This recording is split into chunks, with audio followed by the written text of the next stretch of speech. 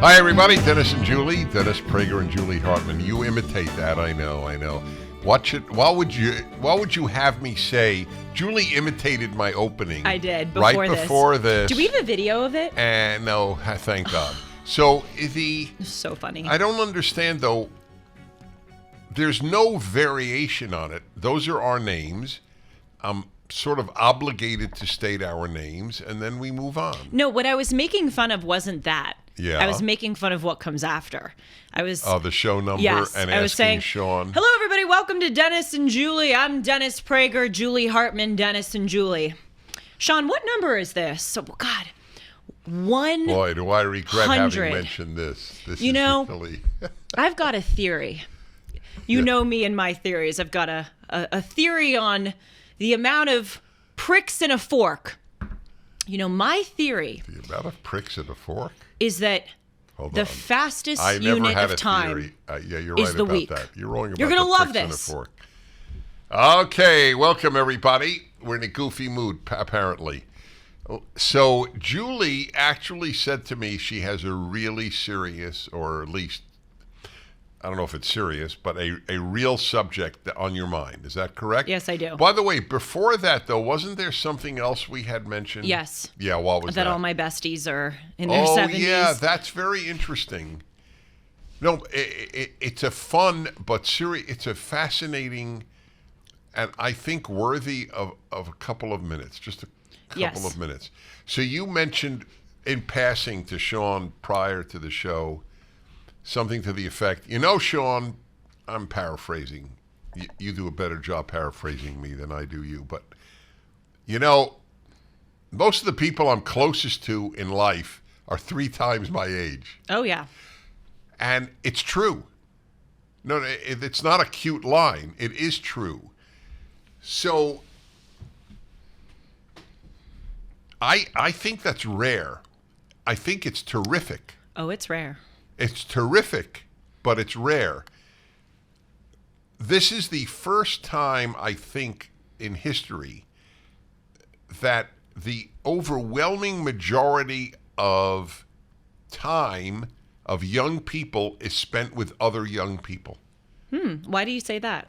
Because in the past, it was common to have 3 generations in a home. So they knew grandparents and presumably grandparents' friends and the grandparents' siblings. This notion that your whole world is 15 years old is really awful. Who are you going to learn from? That's why I came to a very interesting theory about life. It's said with love, I hope you know. I know that. But my theories are based a lot on, obviously, life experience. I used to think that only children were more likely to be spoiled because parents spoil their only child. Right. It makes perfect sense. Over the course of a lifetime, I have come to actually have great admiration for a lot of people who turn out to be only children. And I am convinced one of the reasons is they spend so much time with adults. So they were more likely to be mature. You don't get mature from hanging around 15-year-olds. That's true. Yeah, this is interesting. I mean, for me, yes, it's true that a lot of my very close friends are many multiples of my age. You're an example. I won't name other names, mainly because I'm afraid that if I list the people, I'm missing somebody. It's a very big problem. But right now I can think of 3 to 4, maybe even 5 other individuals who are in their 70s or 80s with whom I am very close, like talk to on a 2 times a week, 3 times a week basis. And it's hugely enriched my life. And by the way, just for the record, because this is important, I have a lot of friends my age. I've never in my life. I know you do. Thank God, I've never lacked for friends. I have friends of every age. I mean, I do. We sometimes crack up at the Shabbat table that you're so frequently attending. there are people in their 30s, 40s, 50s, 60s, 70s, and 80s. I know. I'm the one representative from the 20s, of the 20s cohort. But there are plenty in the 30s, 40s. Totally. Yes. And right. I actually have a lot to say about this because this wasn't always the case in my life. This really started because of you. That's right. And the world that you've introduced me to. Yeah. And Yeah. if I'm being really honest, a lot of these 4 to 5 people who I'm mentioning are your friends. Right. One of them isn't. One of them came about because of this job, but isn't somebody who you know. But anyway, that wasn't the case for me for much of my life. And sometimes when I always had a respect for those who were older, but sometimes I would think, they have a limit to what they can offer me. And now that I have these 4 to 5 people, my life is so enriched. And I want to say to young people in particular, if you don't have a mentor or two, you are missing out on a fantastic opportunity to learn from someone. And especially being a young woman, people who are in their 70s and 80s, they yearn to pass along their life or professional wisdom to people who are younger, especially now in this world where so many younger people think that older generations have nothing to offer them. And so I'm taking advantage of that opportunity, A, because I genuinely appreciate their friendship, but B, I know that they will invest time and energy in making me better because it's kind of like a life-fulfilling thing for people of that generation to do. That's well said. That's correct. I'm trying to think when I was your age, I didn't have what you have.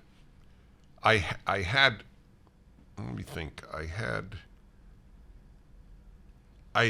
had quite a number of people older than me, but not multiple, 3 times or more. Right. Yeah, but so that's not typical. You lucked out. You lucked out. I know this sounds self-aggrandizing because I'm one of them, but I don't really care. Part of the reason you lucked out is it's a terrific group of people. Tell me about it. Forgetting the age. Tell me about it, yeah, yes.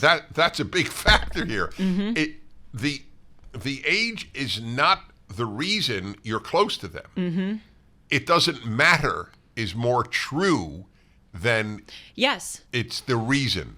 Yes. And, there's this, we live in a culture now where people think that certain, this is vague, but I'll color it with examples, that certain relationships are weird or certain interactions are weird. Like we talk about this on Dennis and Julie. A lot of guys are afraid to walk up to a cute girl in a restaurant and ask her out because it's seen as weird. It's seen like perhaps creepy for a guy to do that. And I've had guy friends who have said, I will sometimes see a cute girl but I don't want to be creepy. And that's so sad that now that word is used to describe what I think is a not creepy, obviously is the potential to be creepy if you're a creep, but going up to someone and asking them out is a lovely thing. But people have that too with it's weird to be friends with people who are many multiples your age. I have some friends who are my age and they know, I don't think they know the extent of my friendships. Yeah, well, that's odd but that I can they tell would say that. Yeah. I can tell that some of them, and I have the most amazingly supportive friends, but I can tell that some of them are secretly huh? Yeah, I believe that. Is that weird? Is that creepy? Right. But well, it's a credit to you and it's a credit to them. They're youthful and you're mature. But here's the thing. I genuinely, especially with us, people ask me, is Dennis a father figure to you? Is he a grandfather figure? And the answer is no, honestly. I have a wonderful father. You're a friend. Well, you're a best that's friend. Exactly. And that's how I regard you. I don't regard you at all as daughter-like. People ask me that. I know. So you are, and so am I. I came up with a new term just now in my mind, age blind.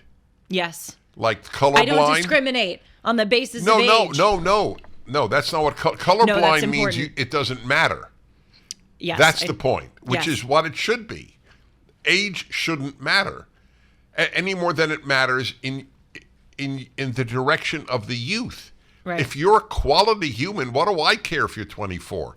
Totally. It means nothing to me. Well, that's the thing that people so preclude themselves from having a rich life because they set up these artificial boundaries in their heads. They go, oh, well, if I'm 24, then I can only be friends with someone within a 5 to 10 year Right, age range. that's That right. is BS.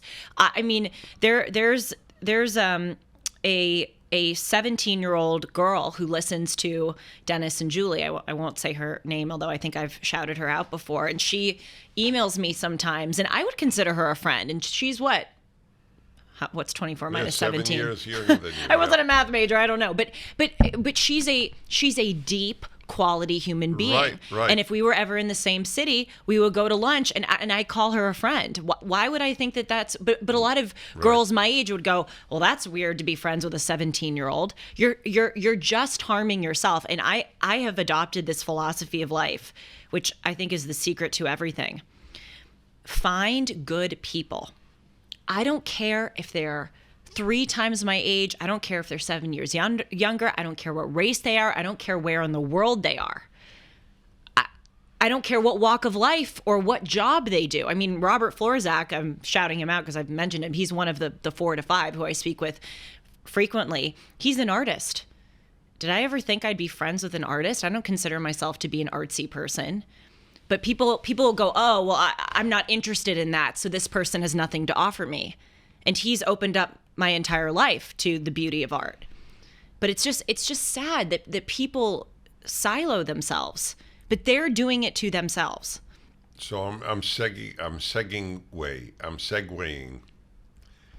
Funny It's the that title you of the should mention it, episode. because Segging I way. think we've done that subject justice. It's people, not age. Yep. It's people, not race. It's people, not sex. It's people. Okay, gotcha. I live it. Part of the reason I have a great life. So when you were mentioning that you're not artsy and you'd never expect to be friends with an artist, No. etc. So I actually had you in mind last night. You'll find this touching. Dennis Prager here with a man I have come to admire for his work. So when I asked him, what do you do? This is the title he gave, Wealth Architect.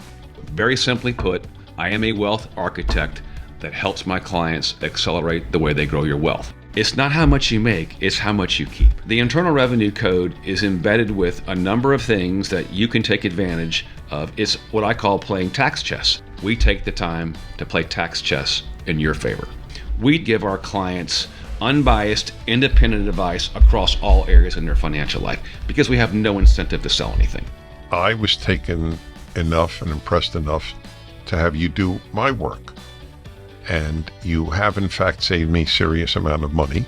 CharlesDombeck.com/Prager.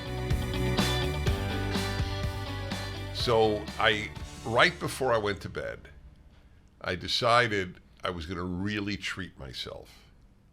So I subscribed to a whole bunch of music websites. So this one was the Berlin Philharmonic website. It's considered often the greatest orchestra in the world.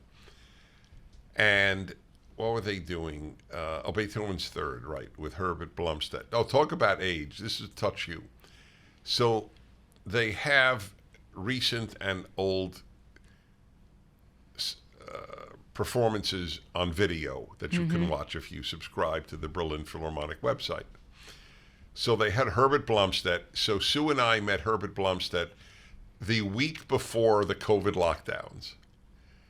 We went to Cleveland to hear a Bruckner symphony. And because we will travel anywhere to hear Bruckner's Fifth or Bruckner's Eighth. And since a few of the members of the Cleveland Orchestra knew me, they invited me backstage, and I met Herbert Blomstedt, whom I had listened to all of my life. The man is in his mid-90s, and he's conducting. Not only, you should look him up, not only did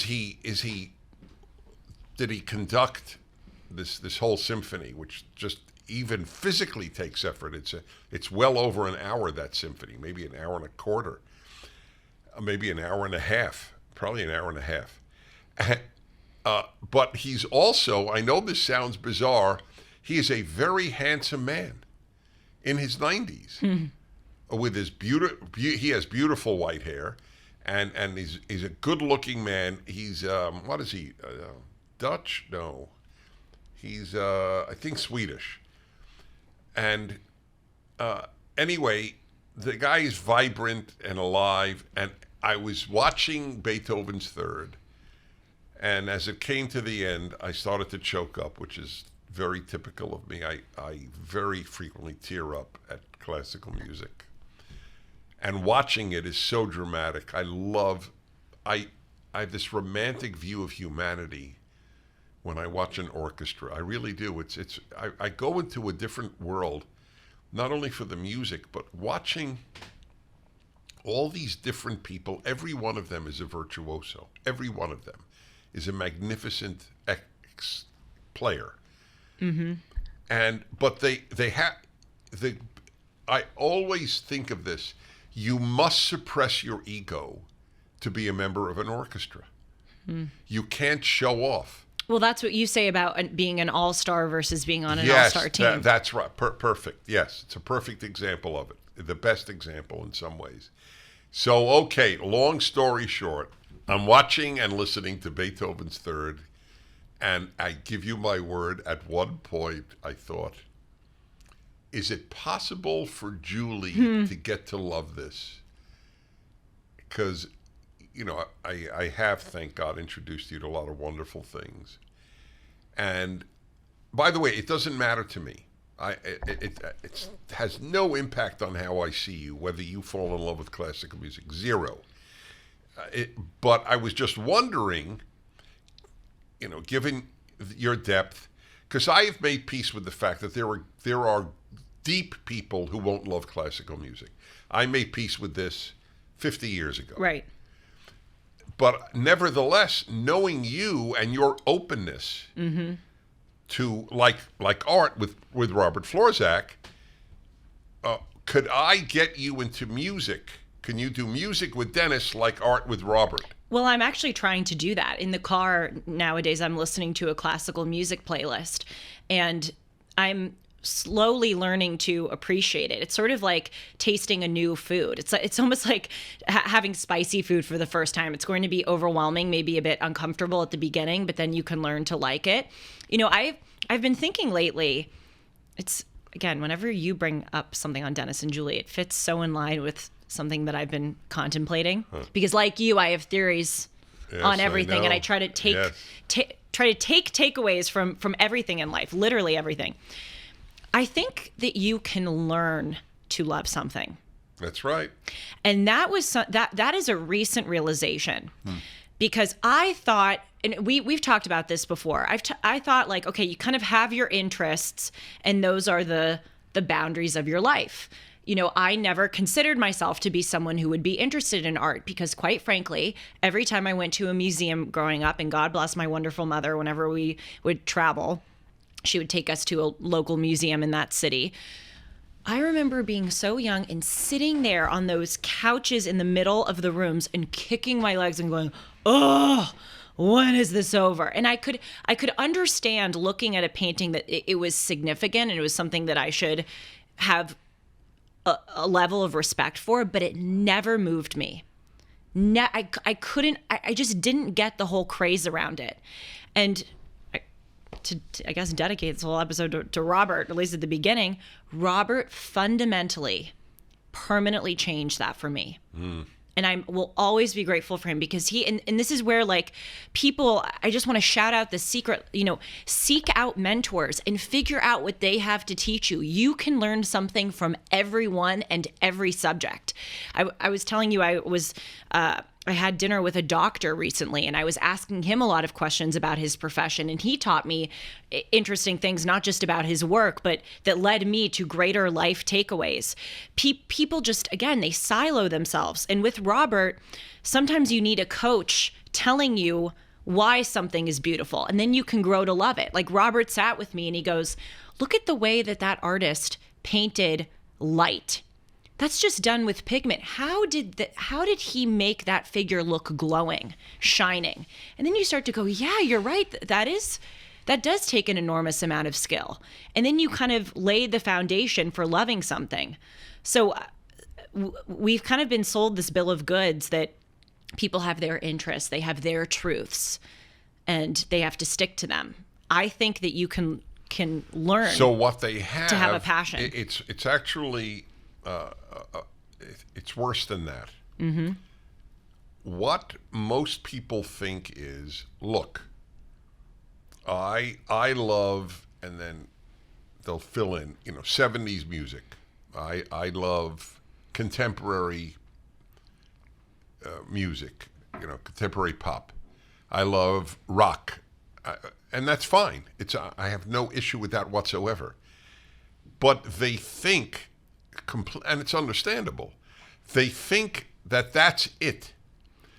That the idea that I'm just building on your point, the idea that I will yearn to love another form of music, let's say we're talking music, right, never occurs to them. It's another similarity of our nature, though. I have always felt that. Now, let me just make clear. I fell in love with music upon first hearing. Right. Literally. So it's clearly that's in my nature and more than in your nature. Mm-hmm. But I tell this to Sue, and she sort of laughs at me about it. She will come in and hear, let's say, a late Beethoven quartet, which is very dense music, and she said, "Do you like that?" She's not a big fan of it. She loves classical, but she loves many types of music. Anyway, so I will answer her. I'm working on loving it. But that is the thing. People think that if you don't love it immediately, you'll never love it. That's right. That's the problem with classical music in a nutshell. And so I'm building. I see myself. I'm listening to. Sometimes I would play the first 30 seconds and get bored and turn it off. I'm listening to longer pieces. I'm understanding. I want to see the list of pieces that have you been given, or did you find on the internet? Someone gave me a classical music playlist. Do you remember anything that's on it? I can whip it out now. Yeah, Let's look at it right now. I'm very curious. People ask me all the time, what should I listen to? I mean, for example, it's hard for me to imagine anybody listening to the William Tell Overture by Giacomo Rossini. Is it on there? I have no idea. All right. It's hard for me to believe that now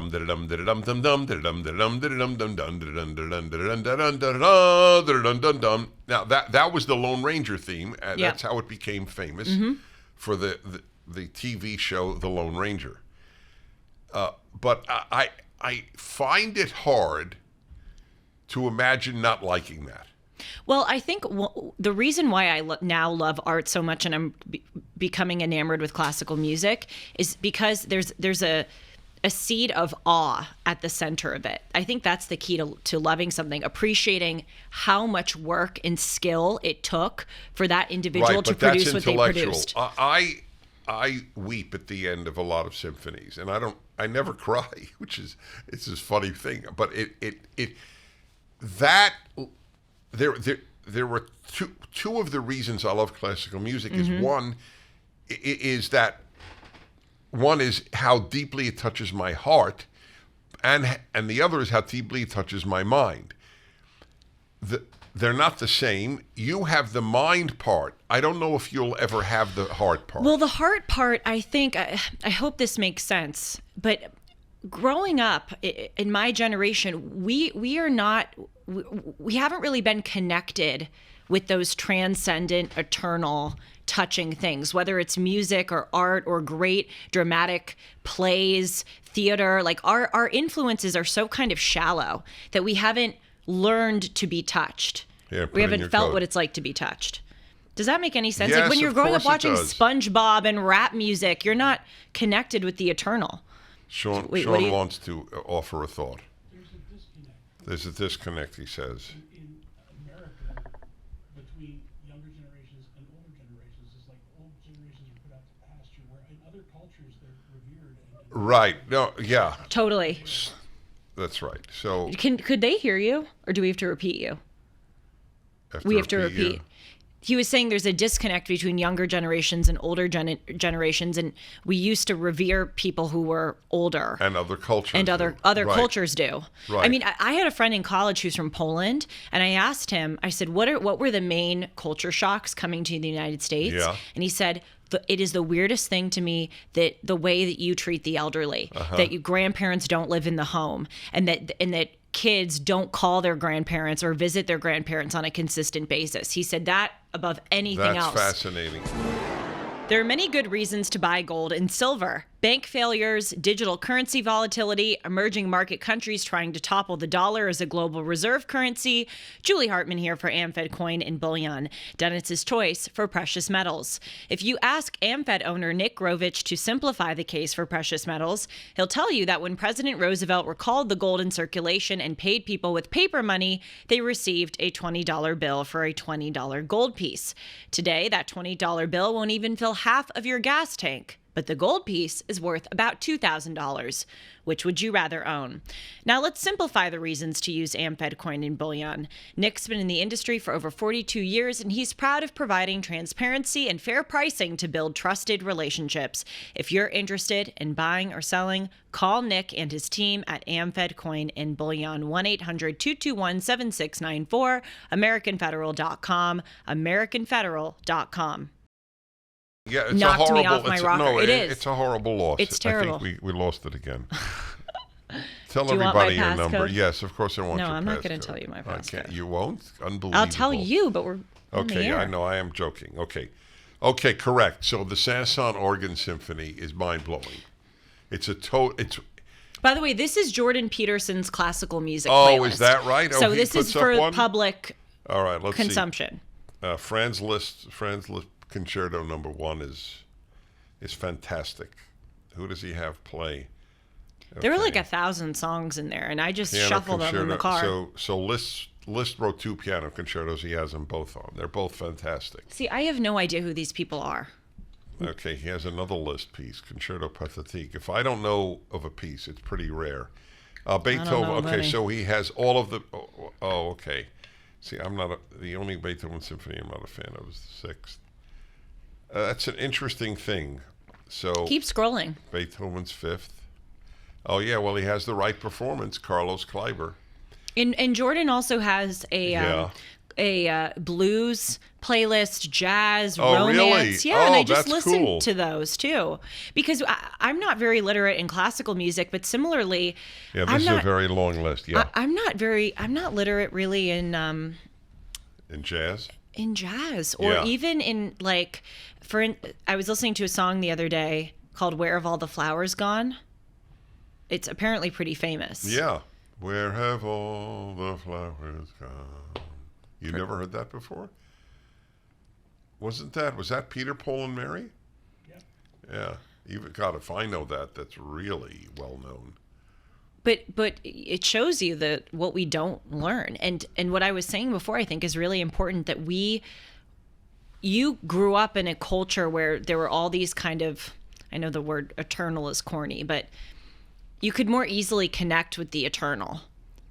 Well, And the things that are touching. Now the we just notion have that sludge only now. the new is interesting is so stupid. Well- because everything was new when it came out. Yes. So why did it become unnew, or if you will, uninteresting? It's true. That means do they realize today's new is tomorrow's boring? If they're right, that time determines whether it's interesting.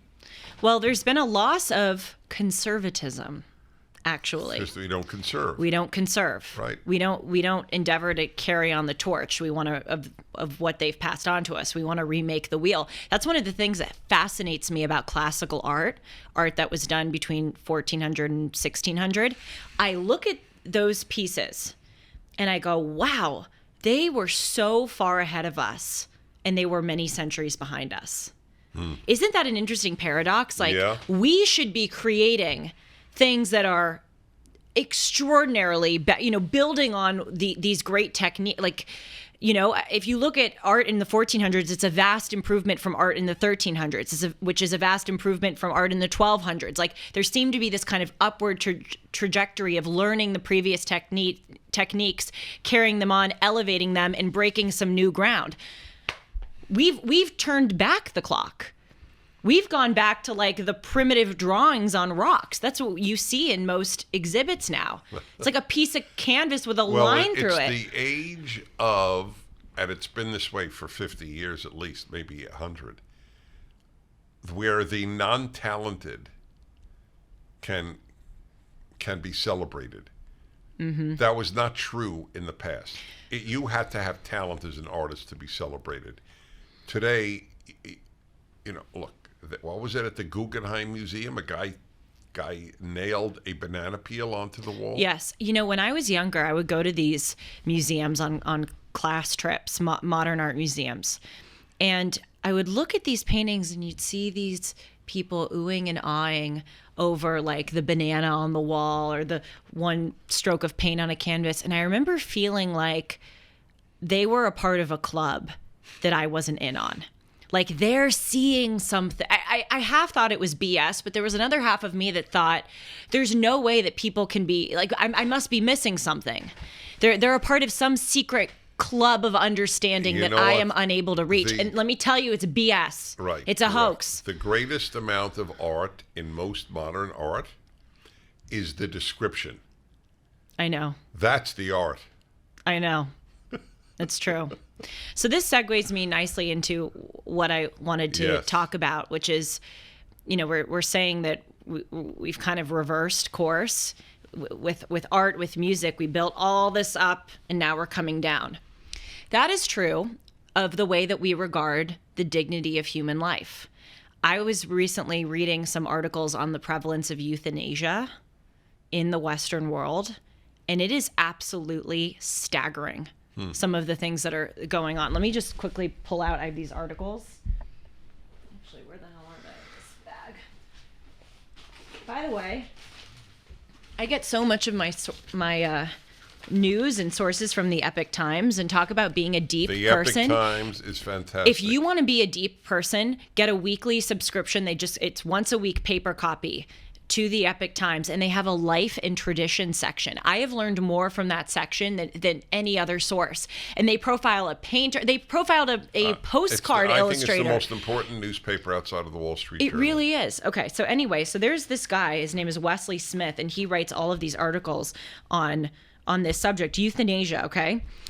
In the Netherlands, they legalized euthanasia in the early 2000s. And first it was for terminally ill people. Then it became for chronically ill people. Then it became for the elderly who consented. Then it came to people with disabilities. And now it's for people who are depressed or who have mental illnesses. And the same thing is happening in Canada, though on a shorter time scale. They legalized euthanasia in 2016. And starting this year, 2024, they will allow you, as long as you have the consent of 2 doctors, to choose to kill yourself if you have depression. And how hard is it to get consent from 2 doctors? It's crazy, and they have everyone should look this guy up, Wesley Smith, and I did a Timeless episode on it too if you want to watch it. But there are examples of people who report loneliness, or they report feeling like they're a burden to their families, and doctors consent to have them being killed. And so there's and we see here, this is a quote from this article, that public opinion on this is shifting. For instance, in Canada, 27% of respondents to this survey think that euthanasia should be acceptable for the homeless. Wait, so it's shifting to even more liberal views on euthanasia? Yes. Same thing in the Netherlands. So a quarter of what? Americans? Nope, Canadians. 27% of Canadians think that I'm homeless. Yes. It's okay if I want to kill myself. Yes. And in the Netherlands, there's this new proposal for a law that is called the euthanasia for a completed life. And essentially what they're proposing is if you're over 75 years old and you think you have what's called a completed life, like you've lived enough, then you can be allowed to euthanize yourself. And so this, for the record, this hasn't been passed yet, but 80% of surveyed Dutch voters support that law. Okay? I'm almost done with my little spiel, and then I'll kick it over to you for your thoughts. I want to place that article alongside another one. Nature rights paganism advancing in the West. Okay? Yep. In Ireland, there's a joint committee on environment and climate action, which has, quote, according to the BBC, recommended that the government advance a referendum on protecting biodiversity and giving nature human rights. In the Constitution of Ecuador, they give nature rights. In Panama, the Supreme Court shut down a copper mine because the mine has a right not to be discriminated against. Okay? Persecuted. So this is what we're seeing. And this is the greater theme. We have worked so hard to advance civilization. This is the kind of stuff that people did centuries and thousands of years ago. We have worked so hard to advance civilization, and now we are descending back into the dregs. So here is the fact of life today. We are not in a post-Judeo-Christian world. We're moving to a pre-Judeo-Christian world. Yes. That is well said. Mm-hmm. That's really true. I'm going to start using that. It is. You're right. It's not post, it's pre. Right. So I'll give you an example. What is the San Jose? Sean. Oh, okay, he's not there. What is the San Jose hockey team's name? The Sharks. Yeah. So the San Jose Sharks had a celebration before this is an NHL team. This is the highest level of professional hockey, NHL's National Hockey League.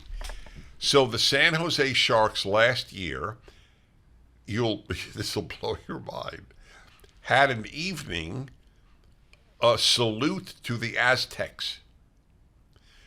Now, do you know how much human sacrifice the Aztecs engaged in?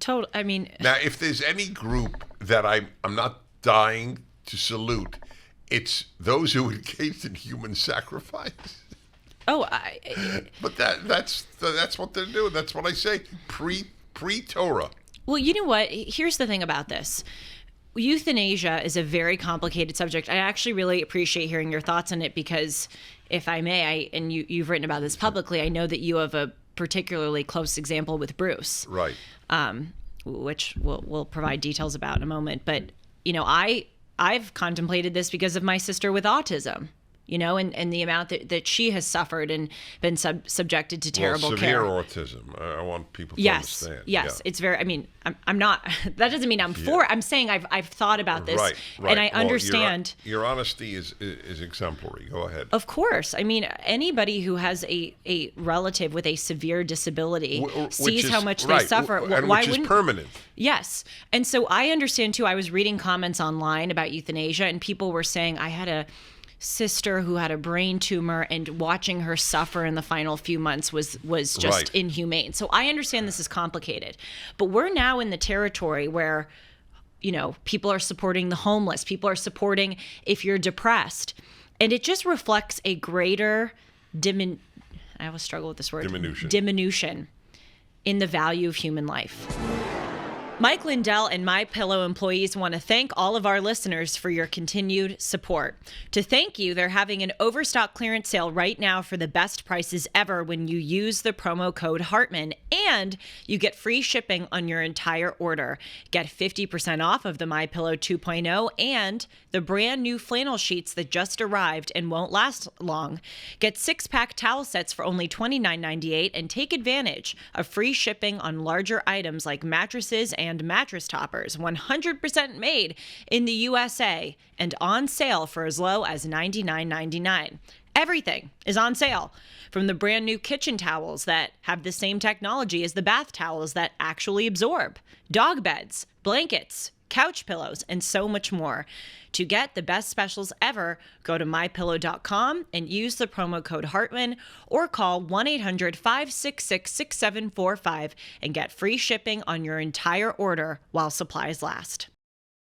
And we see this with abortion. You know, I've talked about on this show how I'm conflicted on the subject of abortion, but there is no doubt we're so lackadaisical about it. We talk about it like it's this celebratory thing. We don't even deal with it with the gravity that it deserves. It is killing a human life. Look at fentanyl, look at crime, look at all of I even notice when I pass a homeless person on the street, it doesn't hit me as much as it used to.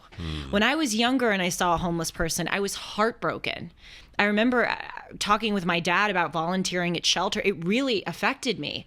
And now you see these people everywhere, and all of us just kind of walk by it like it's nothing. And then at the same time, we see these people who are throwing soup cans at the Mona Lisa. It's like they care. Can you imagine if they channeled their rage to rage against fentanyl and against crime? They're more outraged by the climate than they are by human suffering. That's Right. weird. That's right. I couldn't say it better. That's exactly right. And it's just we're bathed in this culture that we kind of consume it, and we don't realize that the thing that has made the West great is that we have placed a outsized value on human life. And now that's being rolled back.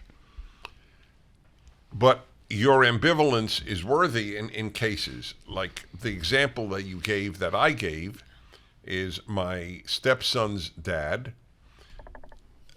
the father of Sue's kids, had a horrible accident. He fell off a ladder. He fell on his stomach onto the stairs of the ladder. Did horrible damage to himself, and he was in agonizing pain. And they took him off painkillers because they didn't want him. The doctors were afraid to overdose and have him addicted to opioids, which were the only thing that could stop the pain. In fact, I met a man a few years afterwards who was on opioids for a very similar thing in his stomach or stomach area, and was doing fine. The guy went to work every day thanks to the opioids. But Bruce could not get them, and he shot himself dead. He killed himself. I spoke at his memorial service, and I said, I fully agree with what Bruce did. I wanted people there not to have any embarrassment. They were thrilled that I said this because a lot of them had respect for me. And I wrote an article, it's on the internet, about the father of my stepsons who killed himself. And I don't blame him, and I don't blame the concept of euthanasia. I blame the lack of seriousness in pain-killing work in medicine. Well, I don't know if Bruce's situation argues for euthanasia. I think it's more so argues that he should have been prescribed the painkillers. That's what it argues Right. for, but he wasn't. Right. I mean, that's just the way it is. Yes, you're right. My belief is that there are times when it is morally justified. I don't believe that God is honored by horrific suffering of innocent people Yep. that cannot be undone. So I just want to say that as a religious person, I do believe that. However, once society makes it legal, as opposed to looks away when it happens, you get the slippery slope you described earlier. Right. I mean, I would have been fine with it had they just kept it to originally what it was made to do. You know, get people out of horrific, and who had irreversible, yes, terminal illness, suffering. Right. You know, but now it's so liberalized, and it's but that's terrifying. inevitable. That's Right. what happens. So the trick is doctors and the patients and the patient's loved ones decide on it, and we don't prosecute the doctor. Really? You think that's the solution? That's what I believe is the solution. Wow. See, I don't Because like once- that either. Well, I don't like there that are no, either. Well, okay, so fine. We need- Wait. All I Okay. could say is once you legalize it, it will. There's an inevitability. In other words, it is absolutely assured that it will happen what you described. I don't think there is an inevitability. And, the problem is the health of our society is terrible.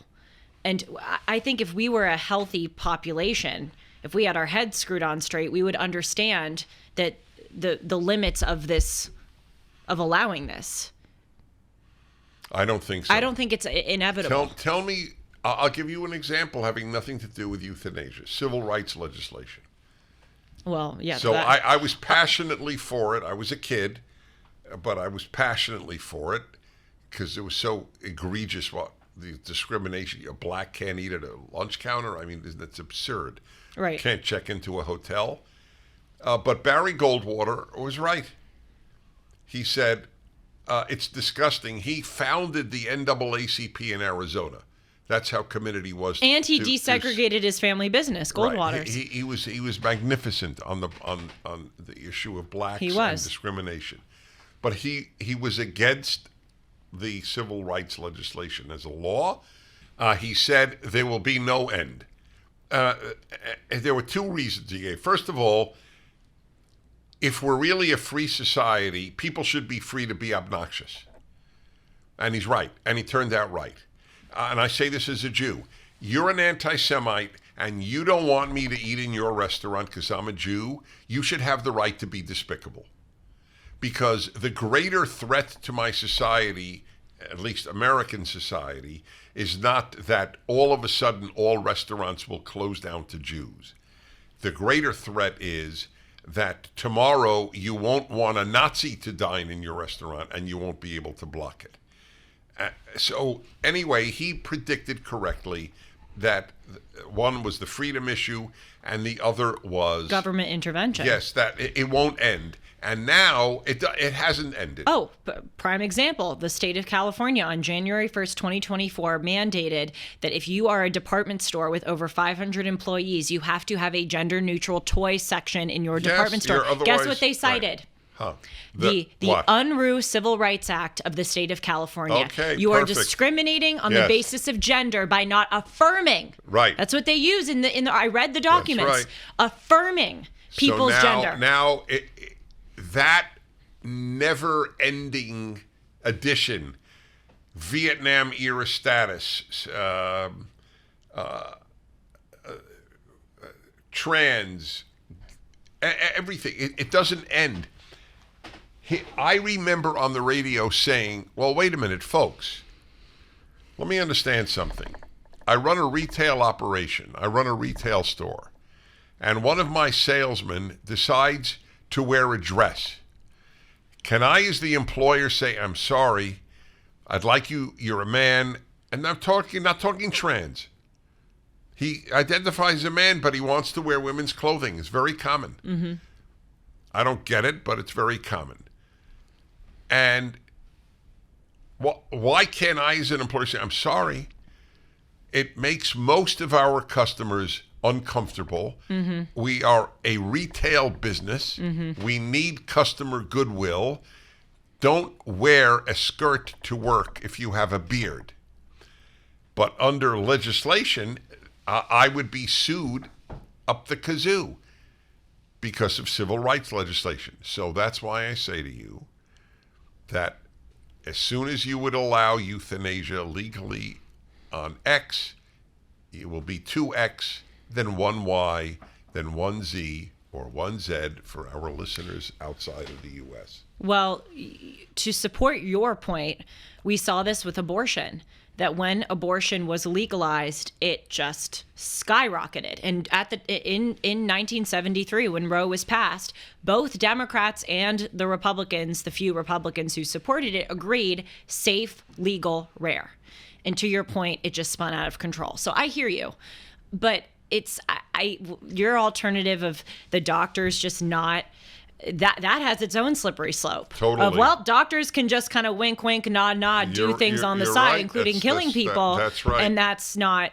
Either way, we're screwed. But seriously, I agree. way it sucks. Yes, no, that's correct. But I know I'm kind of a broken record with this, but the amount that I talk about the Bible and God on the show. I feel like especially recently I've been very No, I don't heavy think on it. so. No, okay, go ahead.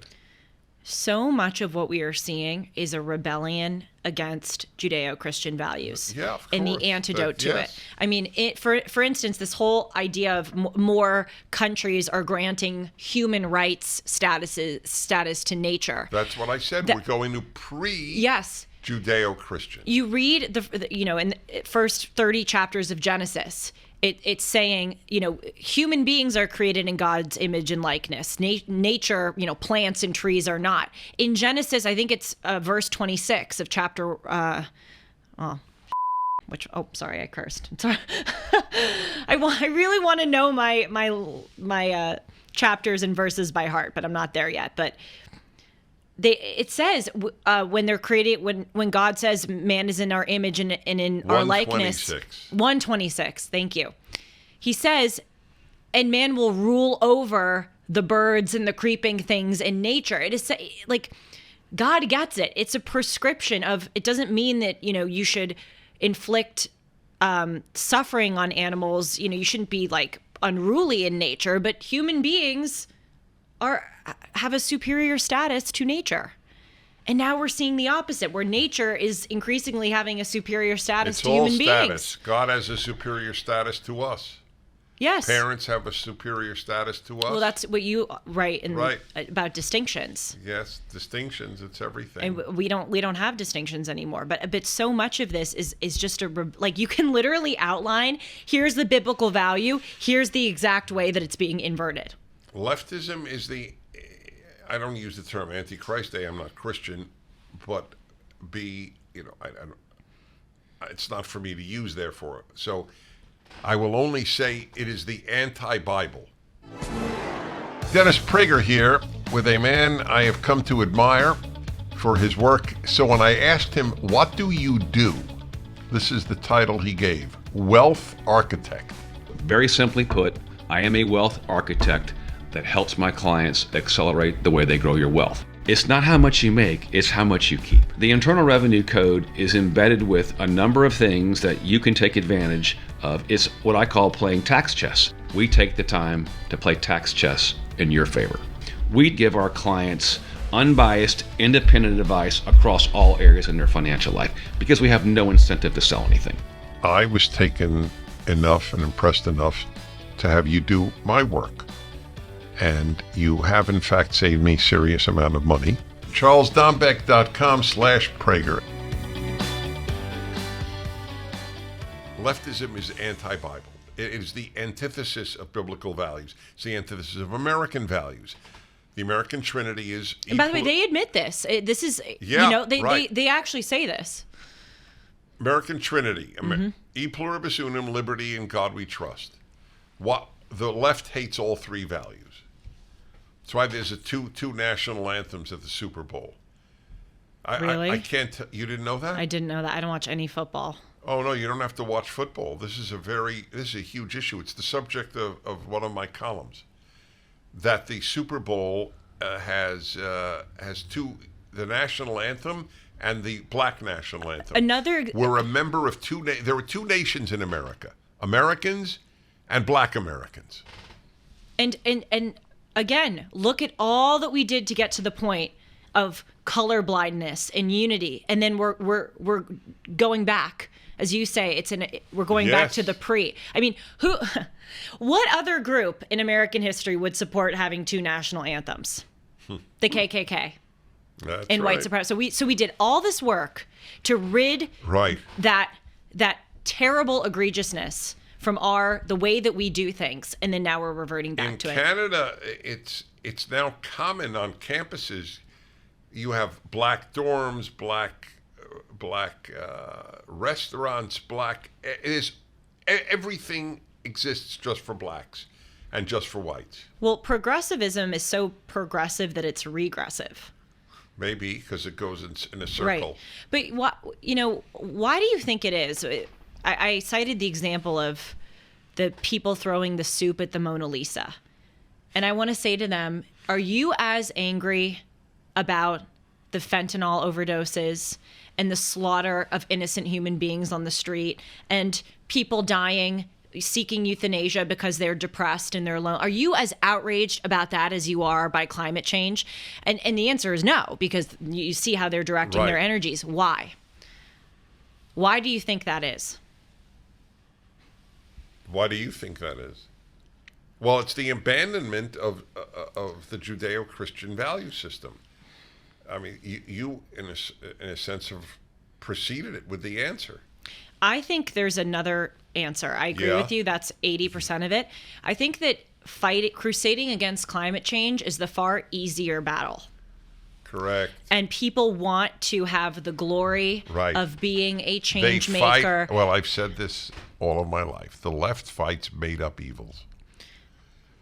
That's right. Like, here, again, back to race. There's so little racism in the United States, they call it microaggressions. Mm-hmm. They acknowledge it's micro.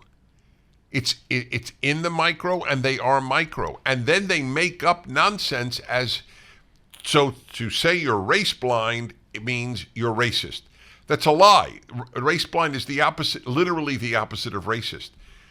So they fight nothing. The perfect example is they crap on Christians and they bow down to Muslims. Piss Christ, a crucifix in urine, went to museums all over America. Would they put a Quran in urine? Of course not, because they're afraid of Muslims. They're not afraid of Christians. Left doesn't battle bad people. They never did. That's why they never battled the communists. Not that you're saying that I know people are going to cut it and go, you're saying Muslims are bad people, or right, of course. Okay, good. I'm glad you said that. I wanted to catch that because I know talking that's not what about you the Islamists, talking about the radical Islamists. We're not talking about all Muslims. But when I said they fear Muslims, that's a totally accurate statement. It is true. And they don't fear Christians. That's a totally accurate statement. That doesn't mean every single Muslim is frightening. But what I said is literally accurate. The left doesn't fear Christians, and they do fear Muslims. So therefore, they will never put a Muslim symbol in urine, and they're okay. They celebrate putting a cross, in this case a crucifix, in urine. That's the Andres Serrano. Yes. Art piece, yes, for those deep, very deep, very deep. Yes. But you know what the irony is, that it actually shows the beauty of Christianity. Of the course fact it that does. he can do that That's and nothing's going to happen That's to him. Correct. Yes. Ironically, he's kind of proving the point of how wonderful Christianity is. You would think. But people don't put two and two together. They put Quran and yes, a tub of urine. If you simply paint a picture Cartoon. of Muhammad, cartoon of Muhammad, there's a good chance you will die. Yes. Die. Yes. Not be protested against. Yep. I had Robert Spencer on my show, who's a study. I'm surprised if Robert Spencer doesn't live in a fort. He does. I believe it. Well, he does. I mean, literally, we came on Zoom and he was in a black, dark room, and only his face was illuminated by the screen. And Sean and Rick asked me to ask him, could you change the orientation? Could you turn on some lights? It looks really weird. And he said, no. And I said, why? And he said, ISIS tried to execute me in 2015. I was poisoned in Iceland by Islamic jihadists. Thank God I survived in Iceland. And he said, I cannot give anybody any indication of what my home looks like. I don't want them to see the size and shape of my windows, because that can be an indication of where I live. Wow. Can you imagine living in that kind of fear? Does anybody who criticizes Christianity live in that kind of fear? That's right. That's the point. And that, of course, and again, it sucks that we always have to do no, these you don't disclaimers. have to say It doesn't a word. mean that every Muslim would go after him. Of course not. And by the way, only the left does that. The left distorts everything we say, everything. I know. Because truth is not a left-wing value. Truth is not a left-wing value. Once you know that, you understand 50% of what you need to understand the world today. Right. But back to the Mona Lisa soup throwers, I think a lot of this is ease. And it's that they don't want to get their hands dirty morally. And, if you take on a cause like euthanasia, I mean, even in the limited research that I was doing for my episode, it is gory stuff. Because I read comments, I watch videos of people who have, considered this as an option, and you learn just terrible, terrible things. It doesn't brighten your day, you know? And so people, I think, choose the easier causes because, and I'm not saying fighting for against climate change is all bad, you know, but it is an easy cause compared to the vast numbers of suffering in the world. And I think they do it because a lot of them want the glory, they want the praise, but they don't actually And want to feel good confront about real evil. themselves, yeah. I see that here in Los Angeles. There are a lot of really, really affluent people in this city whose primary philanthropic cause is the LA River. The river. And I want to say to these people, wow, you're supporting the LA River? Really? Did they get a thank you note from the river? I don't think so. The river may have human rights, but the river does not have human characteristics. At least not yet. Well, I was thinking there is a love of nature that goes beyond the healthy. I love nature. Any normal human being loves nature, but right. And this is what I have a problem with is it's substituting love of nature for love of or it's it perhaps that's not the best word, but it's like yes, it people does. love and glorify nature Right. more than they do human beings. You should, if you're going through your day and you're thinking overwhelmingly about recycling and about carbon emissions and about maybe I should bike or maybe I'm not saying that's bad, but if you're thinking about that in excess at the expense of thinking how you might be able to help a homeless person on the street or how you might be able to call your grandmother, that's a problem. And that's what the situation we're in. I wrote an essay a few months ago that young Americans have not been taught about evil. Oh, it's so true. Look This how often plays that term right is into thrown that. around. I am very careful to reserve that term only for when it. And by the way, I'm careful with all these terms because as you and I often talk about the word racism, the word sexism, the word bigotry, the word white supremacy, they've all been distorted. But I really reserve, so I try to use all of those appropriately, but especially evil. But they don't know anything. What is it? Nearly 40% never heard of Auschwitz. I'm sure 80% never heard of Gulag. I'm sure 80%, 90% don't know about the Great Leap Forward and the Cultural Revolution in China. And then the famine. I mean, we're talking about, just those things. Cambodia, how many have heard of Pol Pot? If you don't know evil, then you get really angry about climate change. That's your point. That's exactly it. Oh, there's not that much evil to fight. I'll fight lesser evils. And evil is the norm. I mean, I was thinking the other day, it just hit me. I thought, what percent of the world is American? And I went online, 4% of the world. We're only 4% of the world. And obviously that doesn't mean that everywhere else there's all this evil and we're the enclave of goodness. Of course, that's not what it means. But like, what percentage of the world live in free Western countries where you, if you're a woman, can wear your hair down and have equal rights? Where if you're gay, you can have, I mean, we're in this little enclave, and the vast majority of the world lives in authoritarian, dictatorial, poverty-stricken, crime-ridden, gang-ruling places. That's right. But we don't know. We're moving there. We're moving. Well, that's the whole theme of the episode. That's Climb correct. the hill, going back down. That's Sisyphus. You know about the Sisyphus? I do, actually. I'm proud that I know that. Yes. Whenever I don't know a reference, I write it down and I learn it. I love that about you. That's very impressive. I do the same thing. To this day, if I come across a word I don't understand in English, I look it up. I know. That's sort of why, like, I seek out these older friendships. It's an opportunity to learn and better yourself. Like, they've walked down the path of life and they can tell me all the answers. Learning a new word, it's like another notch on your belt. I view it as cool. Maybe I'm just a nerd. No, you're By the way, not. we're matching today. How so? You're blue, I'm blue. Where did you get that tie? Is that Lily Pulitzer? No. Do you buy your own ties? No. Yeah, I do. Yeah, because I have to get tall man ties. Where do you get them from? Whoever sells tall ties. Well, this is It's a tall tie. extra long. Oh. Extra long. Oh. My body's too long. Oh, forgive me. This is Italian silk. Yes, Ziamati.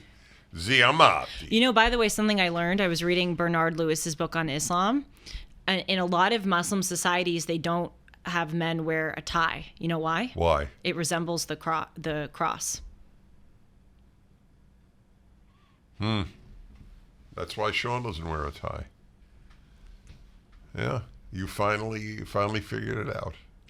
What's my email? Your email is dennis@dennisprager.com. Is that your public email? Yeah, That's the email that I sent to you, that's right.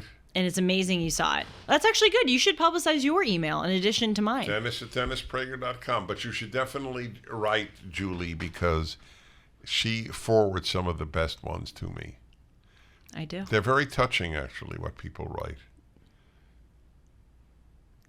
A lot of people come over to me at speeches and say they really love Dennis and Julie. Well, we do too. That's true. All right, tell them. Julie@julie-hartman.com. Thank you to all of you who write into me. Love hearing from you. And you can follow me at Julie R. Hartman on Instagram and Twitter. And you can follow Dennis at the Dennis Prager on Instagram and at Dennis Prager on Twitter. Shalom. This is it.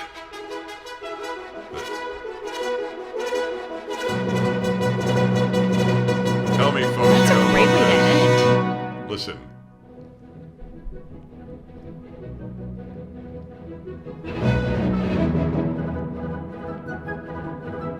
We should end with a new classical song every episode.